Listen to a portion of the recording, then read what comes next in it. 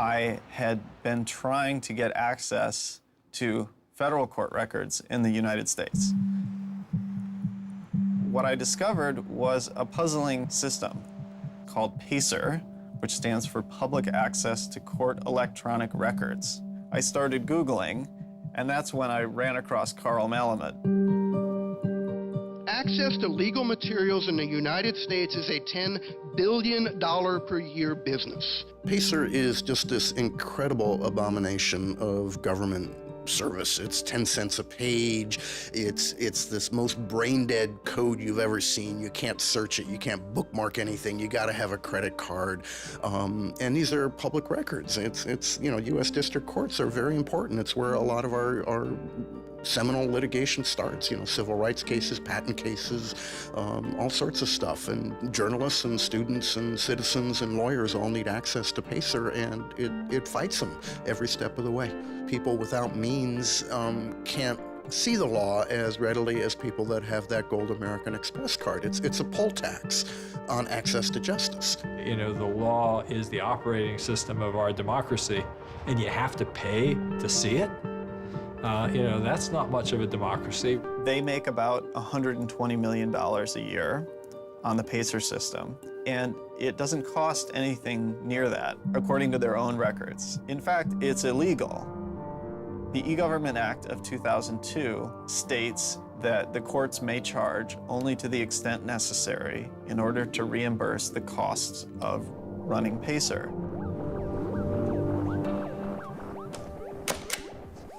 As the founder of public.resource.org, Malamud wanted to protest the PACER charges.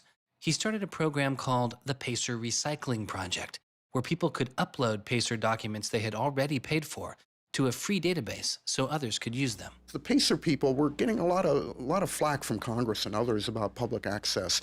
And so they put together this system. In 17 libraries across the country, there was free PACER access. You know, that's one library every 22,000 square miles, I believe, so it wasn't like really convenient. I encouraged volunteers to join the so-called thumb drive corps and download docs from the public access libraries, upload them to the PACER recycling site. People take a thumb drive into one of these libraries and they download a bunch of documents and they send them to me. And nothing, I mean, it was just a joke. In fact, when you clicked on thumb drive core, there was a Wizard of Oz, you know, the Munchkins singing, so a little video clip came up. We represent the lollipop, yeah. But of course, I get this phone call from Steve Schultz and Aaron saying, gee, we'd like to join the thumb drive corps. Around that time, I ran into Aaron at a conference. This is something that really has to be a collaboration between a lot of different people. So I approached him and I said, hey, I'm thinking about an intervention on the PACER problem. Schultz had already developed a program that could automatically download PACER documents from the trial libraries. Swartz wanted to take a look. So I showed him the code. And I didn't know what would come next, but as it turns out, over the course of the next few hours at that conference, he was off sitting in a corner, improving my code, recruiting a friend of his that lived near one of these libraries to go into the library and to begin to test his improved code, at which point the folks at the courts realized something's not going quite according to plan. And data started to come in and come in and come in, and soon there were 760 gigabytes of PACER docs, about 20 million pages. Using information retrieved from the trial libraries, Swartz was conducting massive, automated parallel downloading of the PACER system. He was able to acquire nearly 2.7 million federal court documents, almost 20 million pages of text. Now, I'll grant you that 20 million pages had perhaps exceeded the expectations of the people running the Pilot Access Project, but surprising a bureaucrat isn't illegal. Aaron and Carl decided to go talk to the New York Times about what happened.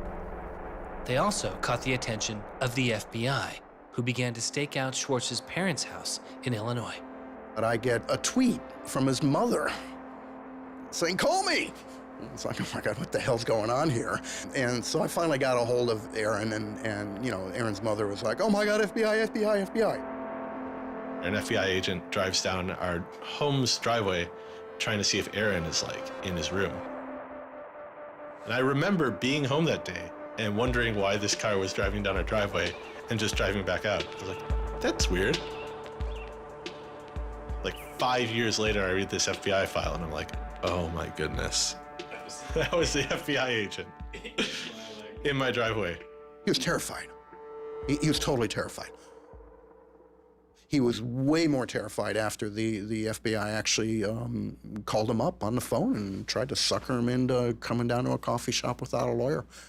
He said he went home and laid down on the bed and you know, was shaking. The downloading also uncovered massive privacy violations in the court documents. Ultimately, the courts were forced to change their policies as a result. And the FBI closed their investigation without bringing charges. To this day, I find it remarkable that anybody, even at the most remote podunk field office of the FBI, thought that a fitting use for taxpayer dollars was investigating people for criminal theft on the grounds that they had made the law public. How can you call yourself a lawman and think that there can possibly be anything wrong in this whole world with making the law public? Aaron was willing to put himself at risk for the causes that he believed in.